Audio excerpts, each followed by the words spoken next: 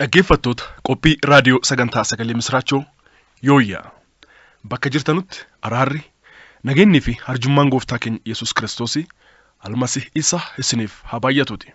Guyyaadhaa seenaa dhugaa jiraataa biyya Naayijeeriyaa kan ta'e Amaanu'eel Amoots qabannee isiniif dhiyaanneerra. Amaanu'eel Amoots Gooftaa Yesuusitti osoo amanee hin fayyin duratti ergamaa seexanaa ta'e isaan jireenya dukkanaa sukkanneessaa keessa dabarse waan hojjetaa ture. Mala seexanni kiristaanota balleessuuf irratti hojjetu nuuf diidessaa nutti hima. Duubarra garuu akkamitti akka gara Gooftaa Yesuus beekisaatti isatti amaniisaatti akka dhufe achiin duuba haala si'oolii fi achi jiru hunda argee achiin duuba immoo gara mootummaa waaqaatti mootummaa samayii kan warra Gooftaa Yesuusitti amananii isa hordofaa akka sagalee dubbii qonqoo isaa jiraataniif qophaa'es argee kana hundumaa booda du'aa ka'ee dhugaa arge kana dhugaa ba'e isiniif qabannee dhiyaanneerra. Barumsa guddaa jireenyaaf tajaajila keessaniif ta'u irraa argattan jennee abdii guutuu qabna. Seenaa kana kutaa adda addaatiin isiniif dhiyeessaa jiraachuun keenya ni yaadatama. Kutaan itti aanee jiru akkasitti isiniif dhiyaata. Obsaan haga dhumaatti nu dhaggeeffadhaan affeerraa keenya jaalalaati. Dursinee Waaqa kadhanna. Waaqa bara baraa jireenya nuuf kennitee carraa kana nuuf kennitee ergaati karaa tajaajilaa keetii kanaan nuuf dabarsite akka dhageenyuuf carraa kana waan nuuf kenniteef galanni ulfinneef kabajisiif ta'uuti. Amma kunoo nus ergaa kana yoo dabarsinu nu gargaari. Lubbuun yookaan namni ergaa kana dhage'u kamiyyuu seenaa dhugaa kanarraa barumsa guddaa fudhatee jireenyaaf tajaajila isaatti jijjiiramni fi guddinni eebbi addaa haa ta'uufi. Namni haarinni kan Gooftaa Yesuus hin beeknes ergaa kana dhaga'ee gara fayyinnaatti akka dhufuuf Waaqa hafuura keetti qulqullichaan isa gargaare. Karoorriif hojiin seexanaa kamiyyuu kan diigame haa ta'uti. Kana hundumaa waan gootuuf galatoomii maqaa Gooftaa Yesuus Kiristoosiitiin akkas jennee walii galleessi kadhannaa. Ameen.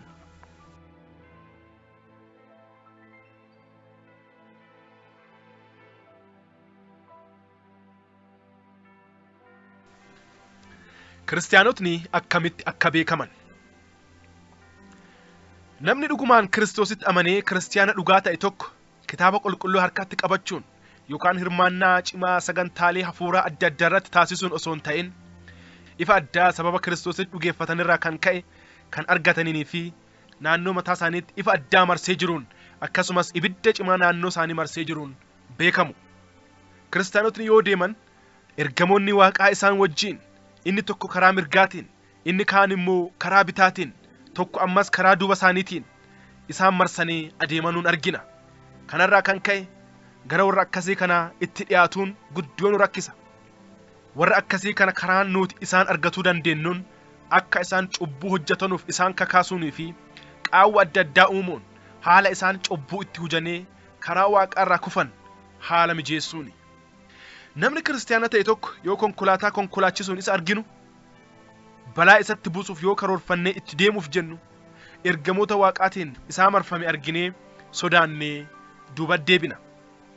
Namni kiristaana ta'e tokko yoo konkolaataa konkolaachisuun arginu yoo mootora oofuun arginu balaa isatti buusuuf yoo karoorfannee itti deemuuf jennu ergamoota Waaqaatiin isaa marfame arginee sodaannee duuba deebina.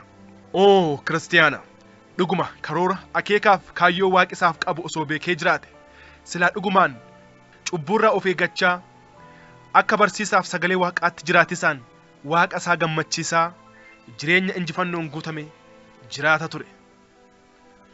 Kiristaanota amantii isaaniirraa duubatti deebisuu.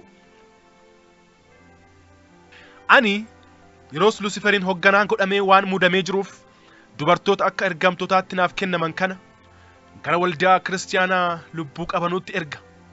Dubartoonni kunniin baay'ee kan babbareedan ta'anii uffata baay'ee babbareedu uffatanii waan gaggaarii dibatanii deemisaan akka nama haariyaa Gooftaatti dhugeeffatu ifi fakkeessisaan gaafa yaamichi lubbuu haariyaa godhamu gara duraa gara waltajjiitti bahan.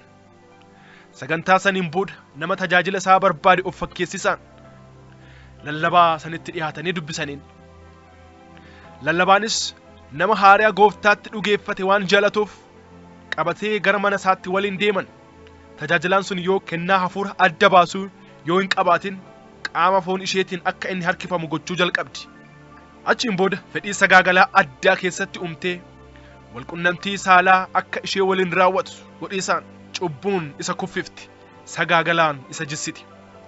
Kanallee irra deddeebi'ee akka inni si waliin raawwatu gooteen booda gaafa hafuurri waaqaa isarraa fagaatu isa dhiistee gara bakka biraatti tajaajilaa biraa dogongorsiisuutti deemti. Ergama isa biraa qabdu raawwatteerti waan ta'eef.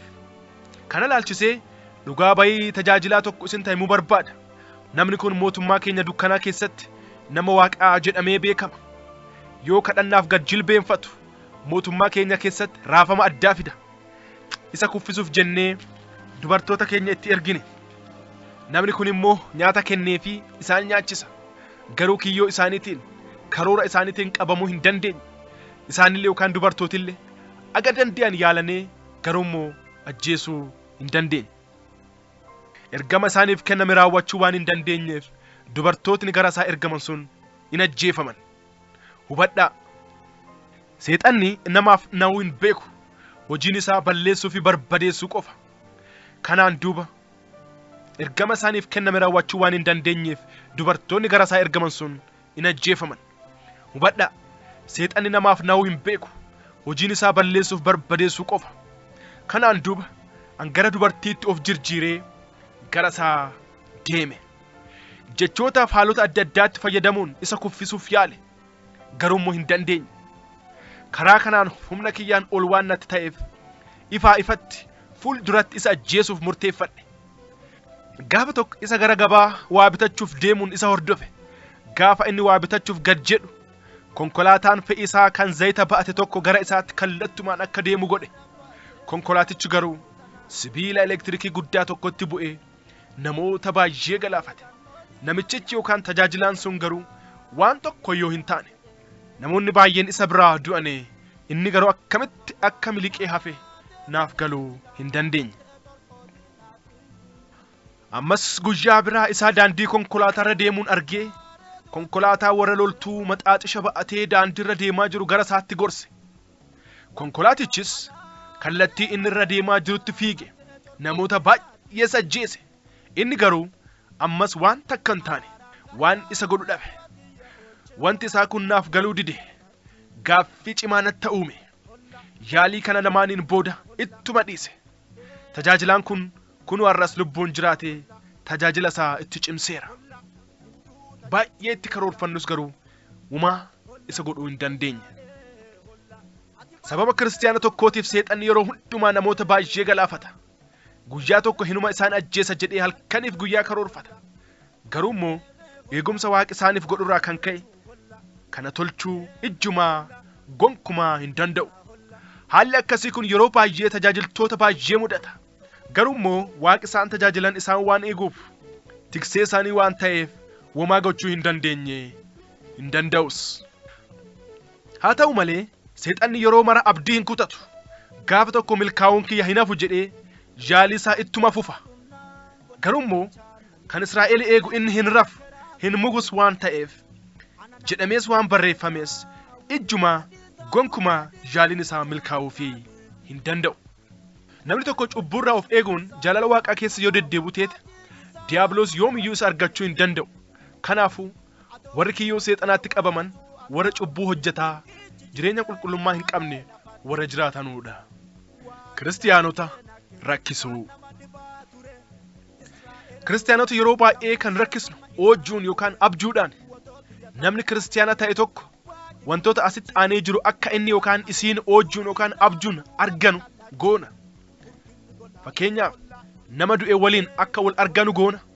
Akkasumas bineensotni bifa adda addaa qaban akka isaan ari'aa sossodaachisaa bulan goona. Akkasumas hiriyoota isaanii bishaan daakanuun akka bishaan yookaan lagni yookaan galaanni isaan fudhatu goonee itti mul'isna. Akkasumas hiriyootni isaanii nyaata fidanii fi isa yookaan isii akka nyaachisan goona. Yoo dhiira ta'e dubartiin kan heerumtes yookaan kan hin heeruminis akka dhuftee waliin walqunnamtii saalaa raawwatan. Yoo dubartii taate immoo dhiirri fuudhe yookaan kan hin fuudhinis dhufee waliin rafanii akka sagaagalanu goona. Akkasiin karaa Waaqayyoorraa gorsina. Yoo waaqi gidduu seenee isaan hin gargaarin dubartoonni akkasii kun yeroo baay'ee maseena ta'an. yoo dubartiin ulfaalle hojii yookaan abjuu akkasii argite yoo waaqatti kadhattee ifirraa hin cabsin ulfi sun garaa bahuu danda'a. Kiristiyaana namni ta'e tokko hojii yookaan abjuuwwan asii olii kana argataanaan cubbuu keessa jiru kamiyyuu keessa araara galiisaan dhiiga Yesuusiitiin of qulqulleesseen booda yeroo hundumaa gara hirribaa deemisaan duratti kadhannaan humna seexanaa hundumaa ofirraa hidhuu akkasumas Waaqi eegumsa akka isaaf ta'u kadhachuu qaba. Dabalataan namni akkasii kun tajaajiltoota bilchina hafuuraatiin isa caalan bira deemee gorsa argachuus qaba. Beekumsa isaa hafuuraas karaa sagalee dubbii Waaqaa baratisaatiif dubbifatisaatiin of guddisuu qaba. Waaqi dabarsee nakkeen akkaan diinaa saaxilamu guyyaan kiyya doonii akkaan jedha waamamu hadu'aa diinni afee na duraa caccassetiyyo itti diinaa doodhakkitu na gargaare Waaqayyo beellami diinaa holla eegee holla qaxaroon diinni qabe holla eegee holla beellami diinaa holla eegee holla hinduuta jechuu holla eegee holla qaxaroon diinni qabe holla eegee holla bariiduuta jechuu holla eegee holla sintartu jechuu holla holla eegee holla.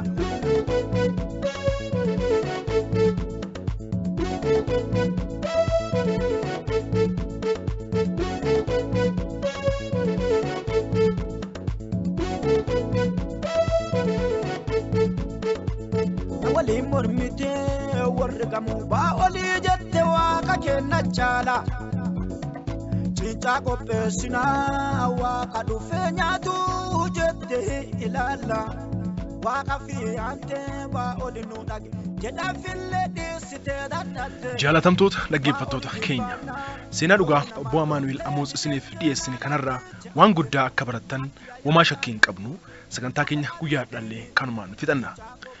Kana booda maaltu ta'a laata? Kutaa kanatti aanee jiru sagantaa keenya dhufurratti qabannee isiniif dhiyaanna osoo addaan hin kutin namoota biraas affeeraatii waliin nu dhaggeeffadhaa isiniin jenna. Ani kan isin waliin ture Wandimmaa Gany Uddeessaa Bidireeti.